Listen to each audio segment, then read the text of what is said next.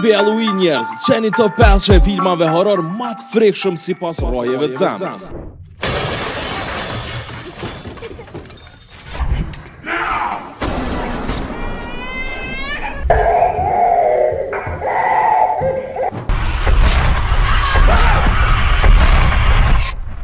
Kur flasim për filmat horror, ma të mirët, ma të këqit, apo në këtë rast edhe ma të frikshmit, zakonisht të mbështetëm në mendimet personale ose të kritikët, po që si kalojnë mendimet personale. Por është një projekt që paraqitet me i mod filmat ma të frikshëm duke e përdorur shkencën.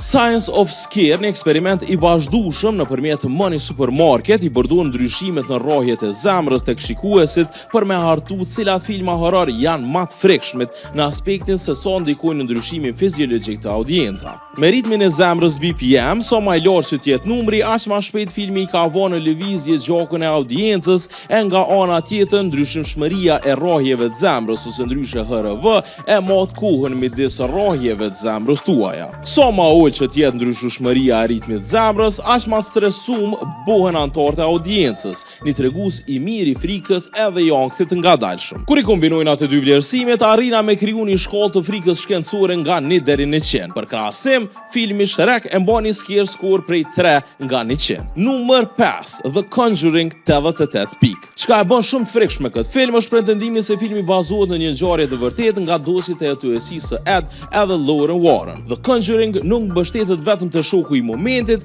por edhe ndërton me kujdes një atmosferë shumë shqetësuese, duke përdorur lojën edhe dritat edhe hijet, zonat e çuditshëm edhe lëvizjet e lehta të objekteve, duke kriju një ndjenjë të ankthit të vazhdueshme, edhe duke e mbajtur shikuesin në tension të lartë edhe kur nuk ndodh diçka e madhe. Numër 4, Insidious 90 pikë. Insidious vjen nga njëjti regjisor se The Conjuring, James Wan, edhe konsiderohet një nga filmat horror më të frikshëm ndonjëherë. Pjesa e parë e filmit ndërton të merr edhe duke përdorur efekte të ngadalta, zona të çuditshëm edhe objekte që lëvizin vet duke rrit tensionin psikologjik edhe mba shikuesin në ankth të vazhdueshëm. E krahasuar me filmat horror ku shohim fantazma të paqarta, te Insidious prezantuan krijesa me pamje shumë të qarta edhe të frikshme, si Lipstick Face Demon edhe The Woman in Black. Këto figura konkrete janë efektive për me shkaktu frikë të menjëhershme. Numër 3, Skinamarink 91 pikë. Ndryshe nga The Conjuring edhe Insidious që mbështeten te jump scares edhe demonat e qartë, ky film e arrin frikën duke e përdorur teknika kryesisht ndryshe